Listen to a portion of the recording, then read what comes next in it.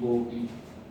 जी बेटा अस्सलाम वालेकुम। बेटा आज हमारा 10th क्लास का लेक्चर नंबर 31 है। टॉपिक हमारा है structure of DNA. Structure of DNA की एक्सप्लेनेशन के लिए एक मॉडल हम डिस्कस करेंगे, Watson Crick model of DNA. Watson Crick model of DNA. सबसे पहले तो इस मॉडल का प्रपोजल है, डीएनए के स्ट्रक्चर को एक्सप्लेन करने के लिए दो साइंटिस्ट थे, एक था जेम्स वाटसन और एक था फ्रांसिस क्रिक। जेम्स वाटसन और फ्रांसिस क्रिक ने 1953 में, जेम्स वाटसन और फ्रांसिस क्रिक ने 1953 के अंदर डीएनए का मॉडल प्रपोज किया और उन्होंने इस मॉडल को प्रपोज करके इसके अकॉर्डिंग इसके कुछ पोस्टुलेट्स बताए। सबसे पहली बात उन्होंने ये कही, उन्होंने कहा कि जो डीएनए होता है वो दो पॉलीन्यूक्लियोटाइड स्ट्रैंड से मिलकर बना होता है।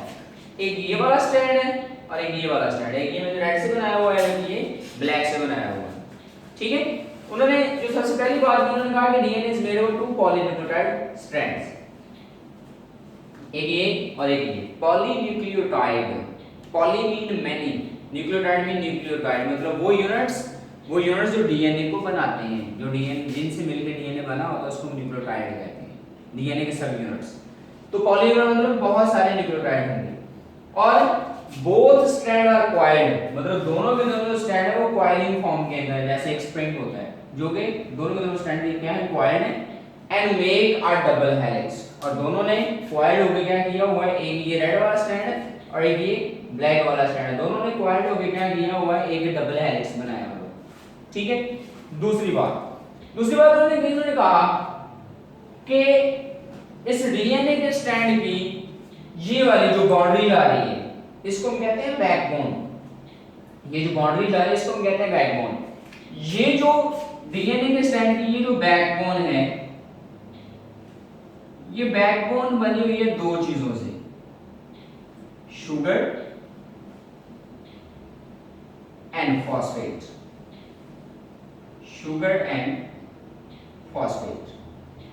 डीएनए की ये जो बैकबोन है ये बनी हुई है शुगर और फॉस्फेट से। और ये जो इनसाइड चीजें आपको नजर आ रही हैं ये इसके हैं नाइट्रोजनस बेसेस। ठीक है, जैसे उन्होंने कहा कि शुगर फॉस्फेट शुगर बैकबोन, जो बैकबोन है शुगर फॉस्फेट की बनी हुई है और जो नाइट्रोजनस बेसेस हैं वो इनसाइड हैं। ठीक है, अंदर की तरफ, यहां पे अंदर की तरफ नाइट्रोजनस बेसेस। और अगली बात उन्होंने कहा कि ये जो नाइट्रोजनस बेसेस हैं ये कनेक्टेड हैं।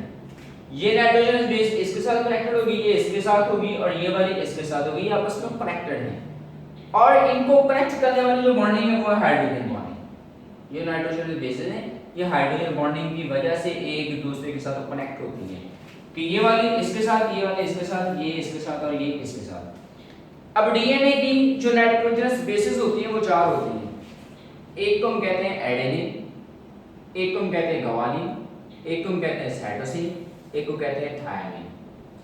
बेटा इन नाइट्रोजनस बेसेस की जो पेयरिंग होती है वो स्पेसिफिक होती है।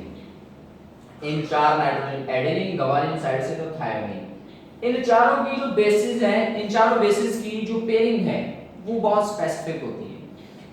जो एडेनिन होगी वो हमेशा पेयर बनाएगी थायमिन के साथ। Adenine always pair up with thymine. ठीक है, और जो गवानिन होगी वो हमेशा पेयर बनाएगी साइटोसिन के साथ। ठीक है, कि adenine will always pair up with thiamine and guanine always pair up with cytosine। कि एडेनिन का हमेशा जो पेयर बनेगा, जो बॉन्डिंग होगी वो थायमिन के साथ होगी और गवानिन की हमेशा जो बॉन्डिंग होगी वो साइटोसिन के साथ होगी। अब जैसा कि हमने पहले बात की कि जो नाइट्रोजनस बेसेस हैं वो हाइड्रोजन बॉन्डिंग की वजह से कनेक्टेड हैं। सारी की सारी जो नाइट्रोजनस बेसेस हैं वो हाइड्रोजन बॉन्डिंग की वजह से कनेक्टेड हैं। तो बेटा इनकी जो हाइड्रोजन बॉन्डिंग है वो भी स्पेसिफिक होती है। एडेनिन की थायमिन के साथ, गवानिन के साइटोसिन के साथ जो बॉन्डिंग है वो भी स्पेसिफिक होती है। तो किस तरह से एडेनिन थायमिन के साथ दो हाइड्रोजन बॉन्ड बनाती है। एडेनिन जो है वो यहाँ पे थायमिन के साथ दो हाइड्रोजन बॉन्ड बनाएगी। ठीक है, एडेनिन का थायमिन के साथ डबल हाइड्रोजन बॉन्ड बनेगा। जबकि जो गवानीन है, गवानीन का साइटोसिन के साथ ट्रिपल हाइड्रोजन बॉन्ड बनेगा, ठीक है। Adenine form 2 hydrogen bonds with thymine, adenine के थायमिन के साथ 2 हाइड्रोजन बॉन्ड बनेंगे। Guanine form 3 hydrogen bonds with cytosine, guanine के साइटोसिन के साथ 3 हाइड्रोजन बॉन्ड बनेंगे, ठीक है। तो ये था हमारा डीएनए का स्ट्रक्चर जो वाटसन और क्रिक ने अपने मॉडल के अंदर प्रपोज किया, अपने मॉडल के अंदर एक्सप्लेन किया।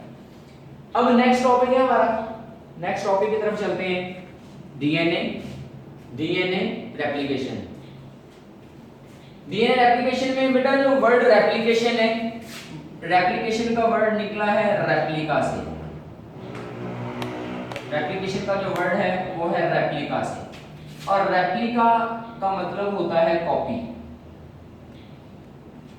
रेप्लिकेशन का जो वर्ड है वो डिराइव्ड है रेप्लिका से, और रेप्लिका का मतलब होता है कॉपी, मतलब कॉपी बनेगी किसकी, डीएनए की, कॉपी बनेगी डीएनए की। तो ऐसा प्रोसेस जिसमें डीएनए अपनी कॉपी बनाए, अपने जैसा एक नया डीएनए बनाए, उस प्रोसेस को हम कहते हैं DNA replication, a process in which DNA makes it's copy. अब डीएनए की कॉपी बनती कब है, डीएनए की कॉपी बनेगी कब? अगर हम सेल साइकिल की बात करें तो सेल साइकिल की कुछ फेजेस हैं। पहली फेज उसकी होती है इंटरफेज। इंटरफेज के अंदर जब सेल होता है तो इंटरफेज के अंदर सेल ज्यादा टाइम गुजारता है, आपको पता है। और उसकी एक फेज होती है एस फेज, इंटरफेज की फेज होती है एस फेज।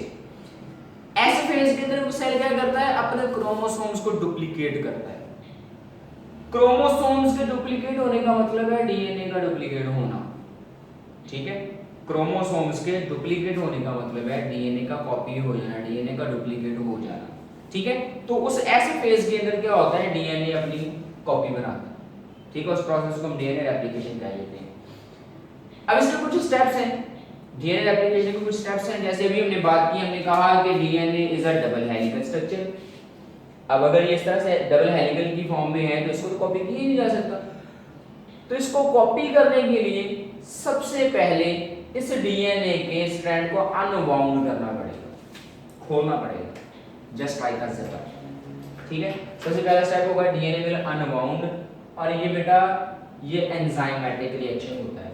डीएनए को अनबाउंड करने के लिए, इस डबल हेलिकल स्ट्रक्चर को, डबल हेलिकल फॉर्म को खोलने के लिए, डीएनए को खोलने के लिए एंजाइम इस्तेमाल होते हैं। एंजाइम आएगा वो आगे इसको खोल देगा। यहाँ पे जैसे इस तरह से ये डबल स्टैंड है, ये दोनों स्टैंड अलग-अलग हो जाएंगे, एक स्टैंड ये और एक स्टैंड ये। जब ये दोनों स्टैंड अलग-अलग होंगे तो दोनों में से हर एक स्टैंड जो होगा वो एक टेम्पलेट के तौर पे एक्ट करेगा। टेम्पलेट स्टैंड हम उस स्टैंड को कहते हैं जिसकी कॉपी बननी होती है, जिसकी कॉपी बननी होती है उसको हम टेम्पलेट स्टैंड कहते हैं। तो इन दोनों में से ये भी एक टेम्पलेट और ये भी एक टेम्पलेट है, ठीक है।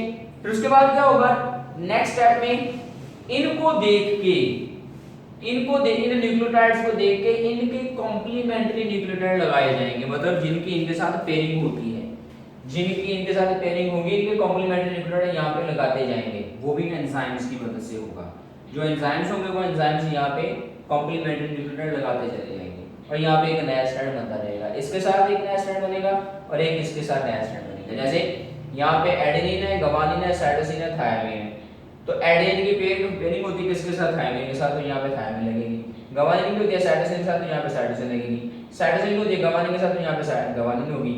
और थायमिन की होती है एडेनिन के साथ, तो यहाँ पे एडेनिन लगेगी। इस तरह यहाँ पे थायमिन के सामने एडेनिन, साइटोसिन के सामने गवानीन, गवानीन के सामने साइटोसिन और एडेनिन के सामने थायमिन। तो इस तरह से अब ये एक टेम्पलेट स्टैंड है और ये एक नया स्टैंड है। ये वाला जो बना है ये नया स्टैंड है, ये टेम्पलेट है, ये टेम्पलेट है, ये न्यू स्टैंड है।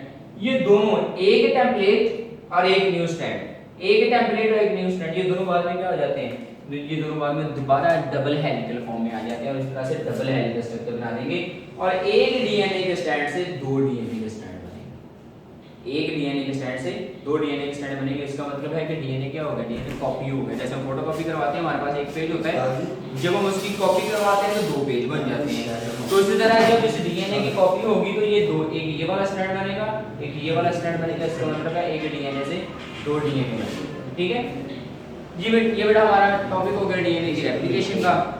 यहाँ तक आपका किसी किस्म का कोई क्वेश्चन हो वो क्वेश्चन आप कर सकते हो ताकि आपको उसका आंसर दिया जा सके। बाकी चीज़ें हम इंशाल्लाह डिस्कस करेंगे नेक्स्ट लेक्चर में। अल्लाह हाफ़िज़।